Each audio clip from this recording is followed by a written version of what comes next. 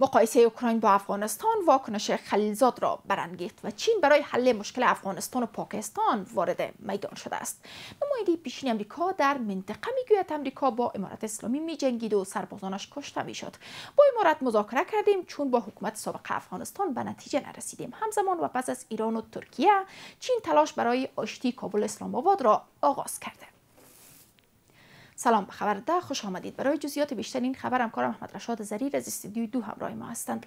سلام ظریف، از صحبت‌های آقای خلیلزاد شروع کنیم. جزئیات سخنان او و مقایسه اوکراین با افغانستان از چه قرار است؟ آقای زلمه خلیلزاد، نماینده پیشین آمریکا در منطقه که نماینده آمریکا در مذاکرات پیشین با امارت اسلامی که در نتیجهش حاکمیت کنونی در افغانستان حاکم شد هم بود، به گزارش وال استریت جورنال واکنش نشان داده.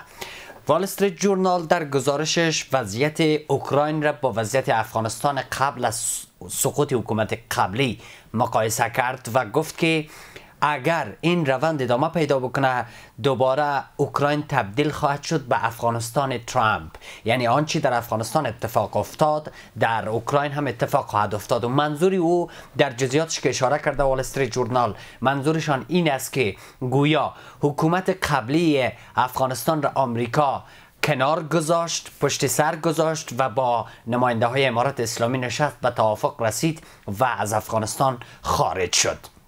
اما آقای خلیلزاد میگه اولا که گزارش وال استریت جورنال در مورد اوکراین را تایید میکنم، ولی دوما مقایسه افغانستان با اوکراین را رد میکنم.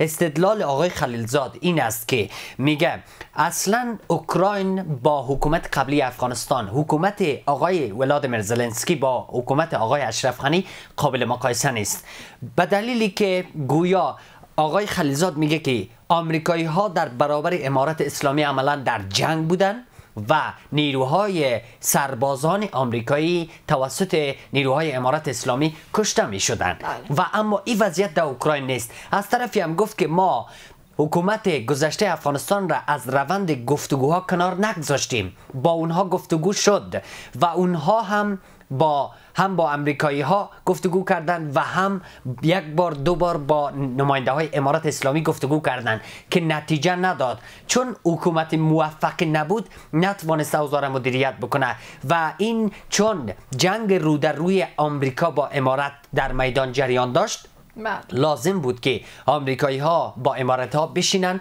و به توافق برسن که در نتیجهش حکومت کنونی در افغانستان حاکم شد و ما افغانستان را ترک کردیم. به این دلیل آقای خلیلزاد میگه اصلا نباید اوکراین را با افغانستان مقایسه کرد. ادامه تنش کابل و اسلام آباد پس از ایران و ترکیه حالا پای چین را به میدان کشیده. ظریف، پکن به دنبال چیست؟ آقای وانگی دیروز با رئیس جمهور ازبکستان صحبت مفصلی در مورد افغانستان داشته، در مورد افغانستان و پاکستان، با تاکید بر این که افغانستان کلید ثبات منطقه‌ای هست و گفته و اضافه کرده که آشتی افغانستان و پاکستان یا حداقل کاهش تنش و جلوگیری از جنگ دیگر بین افغانستان و پاکستان بسیار ضرور است. و در پهلوی اون هم تازه امروز با نماینده ها و مقام های تاجیکستان صحبتی داشت آقای وانگی، وزیر خارجه چین. البته این نشان میده که پس از بی نتیجه ماندن روند مذاکرات کابل و اسلام آباد در نتیجه میانجیگری کشورهای مثل ترکیه، قطر، عربستان و دیگرها و حالا هم که روسیه چند بار علاقه نشان داد به میانجیگری و سرانجام ایران که هم تکرارا علاقه نشان داد هم عملا فعالیت را شروع کرده و آقای عراقچی چند بار خبر داد از این که به زودی گفتگوها و نشست‌های منطقه‌ای برای کاهش تنش افغانستان و پاکستان برگزار خواهد شد. حالا این واکنش چین را برانگیخته و هرچند آقای عراقچی تاکید کرد و گفت که در گفتگوهای منطقه‌ای ما برای کاهش تنش افغانستان و پاکستان چین و روسیه حتما حضور دارند، ولی این که پرسیدی چین به دنبال چی است، چین به دنبال حفظ نفوذ خودش در منطقه است از طرفی با افغانستان مشترکاتی داره، مرز مشترک داره، نگرانه های مشترک داره، چشماندازی مشترک داره و افغانستان بستر و فرصت سرمایه گذاری های کلانش است. افغانستان زمینه رویاهای بزرگ اقتصادی چین را فراهم میکنه. از طرفی هم با امارت اسلامی و با حکومت حاکم افغانستان رابطه پکن کاملا عادی است، خوب است، فقط به رسمیت نشناخته افغانستان را، ولی رابطه در ابعاد گوناگون دیپلماتیک، اقتصادی و تجارتی عادی است. و در کنار اون هم نگرانی اصلی پکن این است که مبادا اولا ابتکار این روند به دست غربیا بیفته و دوما مبادا دوباره زمینه حضور نظامی غربیا به ویژه رقیب قدرتمندش که ایالات متحده آمریکا هست زمینه سازی شود و مساعد شود. بنابراین چین وارد میدان شده و همزمان نکته آخری هم که اضافه میکنم به این موردی است که چین شریک استراتژیک پاکستان هم هست، همزمانی که با امارات رابطه خوب داره با پاکستان هم داره، هرچند ظاهرا اعتمادش اخیرا نسبت به پاکستان کاهش پیدا کرد. ضریر تلاش های ایران به کجا انجامید و دیگر چه قدم هایی در فاصله میان افغانستان و پاکستان برداشته؟ معمولا در زمینه های دیپلماسی تلاش های زیر پوست و زیرزمینی ماها جریان پیدا میکنه تا ای که قدم های عملی در برابر رسانه ها برداشته میشه و مسائل نمادین دیپلماتیک از جمله روند گفتگو و مذاکرات اینها آغاز میشه.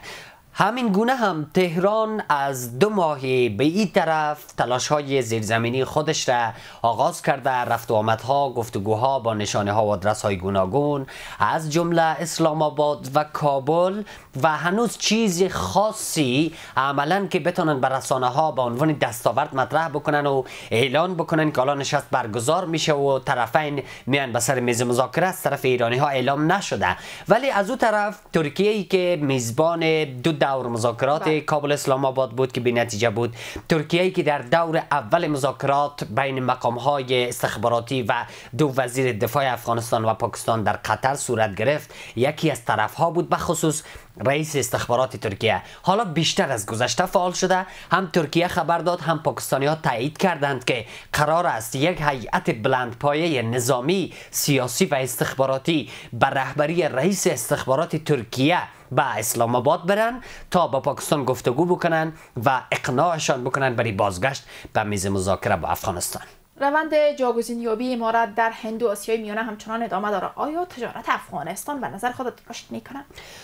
خبر خوب در پاسخ به این پرسش خودت اولی این است که امروز اعلان شده از حکومت افغانستان که صادرات میوه‌جات خشک و تازه به آسیای میانه آغاز شد و گویا اولین محموله به ارزش $250,000 از طریق حالا کارگوی هوایی به ازبکستان انتقال پیدا کرد و گویا بعد از این سرعت هم بخشیده خواهد شد بهش که بعد از ازبکستان شاید به هند پرواز باشه و بعد دیگر کشورها. همچنان ارتباطات و تعاملات و امضای تفاهمنامه های بزرگ بین افغانستان و هندوستان در دهلی هم آغاز شد، هم امضا شد، هم جریان پیدا کرد و یک سری تفاهمات شد، از جمله این که یک پیوند بین بنادری به جای بنادر پاکستان در ایران که چابهار است و در هند که ماهرا شیواست در اونجا اتفاق بیفته و همچنان تلاش میکنه حکومت افغانستان که بعد از این واردات دارو از هند را آغاز بکنه به جای واردات داروی بیکیفیت از پاکستان. همچنان با ازبکستان و بقیه کشورهای آسیای میانه هم تعاملات ادامه داره که اگر این وضعیت ادامه پیدا کنه افغانستان از اتکا و وابستگی به پاکستان خلاص خواهد شد و خواهد رفت به سمت جایگزین ها و گشایش دروازه ترانزیتی به سوی دنیا از مسیرهای جدید. تشکر ضریر از حضورت در برنامه. ادامه این خبرها: جشنواره گل زعفران هرات روز گذشته آغاز شده و به مدت 3 روز ادامه خواهد داشت. در این جشنواره 82 شرکت تولید و پروسس زعفران محصولات خود را به نمایش گذاشتند.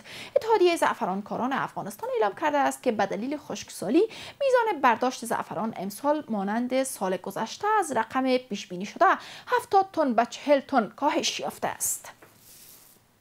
این بود مهمترین ها این ساعت که تقدیم شما گردید. تشکر از توجهتان. وقت بر شما خوش.